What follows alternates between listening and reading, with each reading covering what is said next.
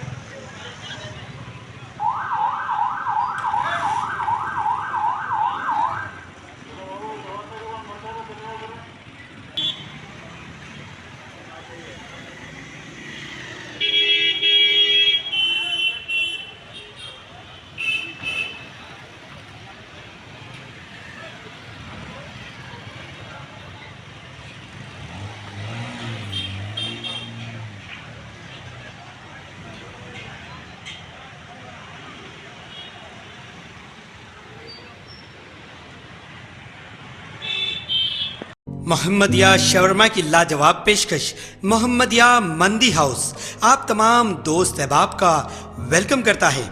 अलहदा कैबिन में बैठकर अपने दोस्त अहबाब फैमिलीज के साथ मटन मंदी, चिकन मंदी, फिश मंदी और प्रॉन्स मंदी का मजा लीजिए।